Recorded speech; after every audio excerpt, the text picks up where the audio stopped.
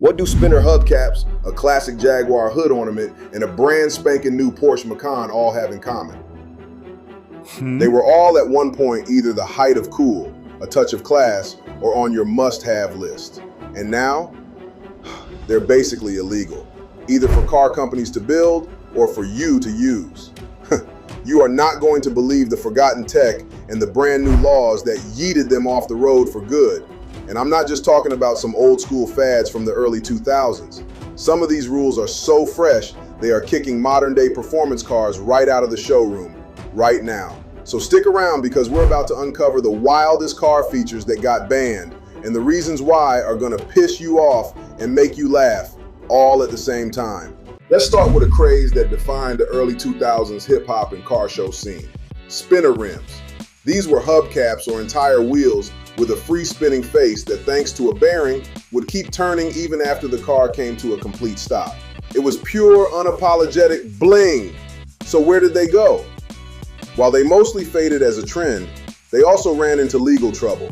Various states proposed bills to ban them, with some succeeding. Why? Lawmakers and drivers argued they were a dangerous distraction, making it hard for other motorists to tell if a car was actually moving or stopped. Imagine seeing wheels spinning on a car at an intersection. Your brain screams, "That car is moving," even if it's standing still. There were also safety concerns about the spinning parts potentially flying off at high speeds and becoming a road hazard.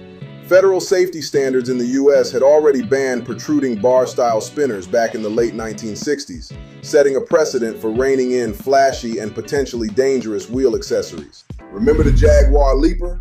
Or the classic Mercedes-Benz three-pointed star standing proud on the hood? These were symbols of luxury and brand identity. For decades, they were the elegant finishing touch on a premium car. Now, they've almost entirely vanished, replaced by flat badges. So were they outlawed? Not directly, but much like pop-up headlights, they became a victim of pedestrian safety regulations, especially in Europe. Starting in the mid-2000s, new rules required car fronts to be designed to minimize injury in the event of a collision with a pedestrian. A rigid, pointy metal ornament, like the old Jaguar Leaper, was seen as a serious hazard that could cause significant injury in an accident.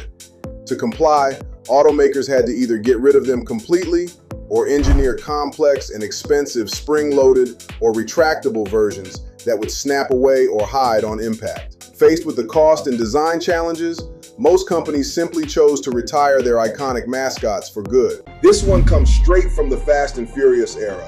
Neon Underglow. Lighting up the street under your car was the ultimate way to stand out. But if you're thinking of reliving those days, you might want to check your local laws first, because that colorful glow can get you in serious trouble. While not banned everywhere, Underglow is heavily restricted in most states. The main issues are color and distraction. Most states ban red and blue lights because they can make your car look like a police or emergency vehicle. Flashing or rotating lights are almost universally illegal for the same reason. Some states, like New York, only permit white, non-flashing underglow. Others, including Illinois, Maine, and Washington, ban it on public roads entirely.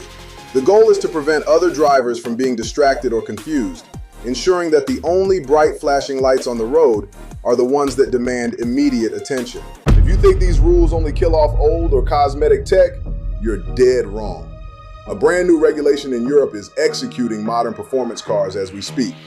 This law, called UN Regulation 155, went into full effect in mid-2024 and requires all new cars to have a certified complex system to protect against hacking. Sounds good, right? But here's the kicker. Updating an older car's electronic architecture to meet these new, insanely complex standards costs millions. So automakers are just throwing their hands up and killing the cars instead.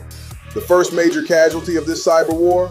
The gas-powered Porsche Macan, one of their best-selling models, was pulled from the European market because it was too expensive to update. The iconic Porsche 718 Boxster and Cayman met the same fate for the exact same reason. It's a shocking look at how a rule made with good intentions can just wipe out cars we love, right now. So, from the flashy spinners of the 2000s to the proud hood ornaments of yesteryear, and even the Porsches of right now, the rule book is always being rewritten. Safety, style, and now even cybersecurity are constantly changing what's legal and what gets left behind. These features might be gone, but they sure as hell tell the story of how much the car world has been forced to change. What's the most ridiculous rule you've heard of that got a car feature banned? If we missed a classic, drop it in the comments below.